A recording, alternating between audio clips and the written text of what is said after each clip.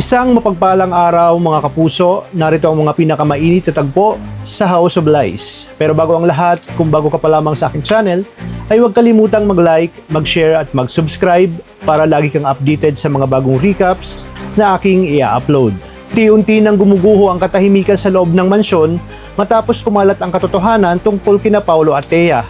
Ang lihim na matagal nilang itinago ay tuluyan ng nabunyag at wala nang maitatago pa. Sa gitna ng tensyon, harapang kinausap ni Regina si Thea. Buo ang loob at walang pag-aalinlangan na sinabi niyang kailangan nang umalis si Thea sa kanilang pamamahay. Hindi na niya hahayaang masaktan pa ang kanyang bunsong anak na si Edward, lalo na't malinaw na pinaglaruan lamang ang damdamin ng kanyang anak na si Edward. Bilang ina ay masakit para kay Regina na tanggapin na si Paulo mismo, ang anak niya na minsang ipinaglaban ni Greg, ang sumira sa pamilyang binuo ni Edward. At kahit pinili noon ni Greg na unahin si Paulo, ngayon ay wala na siyang maipagtatanggol.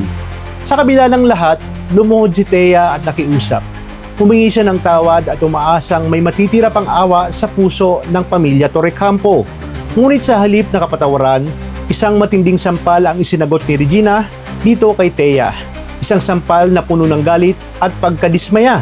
Dito ay tahimik lang si Paulo at hindi niya kayang ipagtanggol si Thea dahil alam niyang wala siyang karapatan.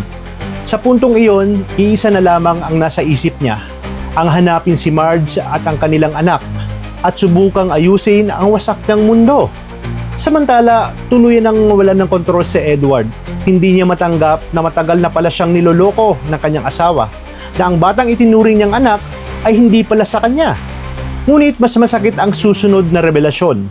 Si Greg pala ang dahilan kung bakit naitago ang lahat ng ito sa mahabang panahon. Sa sobrang galit at sakit, umalis si Edward. Ngunit bago tuluyang mawala, kinontak niya si Marge. Iisa ang nasa isip niya, ang makapaghiganti. Hindi lamang kina Paulo at Thea, kundi pati na rin sa kanyang amang si Greg Torrecampo. Sa kabilang banda, bumagsak si Regina sa matinding kalungkutan. Sa gitna ng galit, napagtanto niyang minsan din siyang nanloko. At ngayon, ay tila bumabalik na sa kanya ang lahat at ang sakit na kanyang mga ginawa. Ano nga ba kaya ang gagawing hakbang ni Edward sa kanyang paghihiganti? Magtatagpo ba sila ni Marge para pabagsakin sina Paulo at Thea, pati na rin itong si Greg? At hanggang saan kaya abot ang galit na namamagitan sa pamilyang Torrecampo? Ang laban na ito ay hindi pa tapos dahil may mas matindi pang pasabog ang mga darating. Talagang kapanapanabik ang makakaganapan sa House of Lies. Kaya naman tuloy-tuloy ang pagsubaybay. Maraming salamat sa inyong panonood at pagpalain tayong lahat, mga kapuso.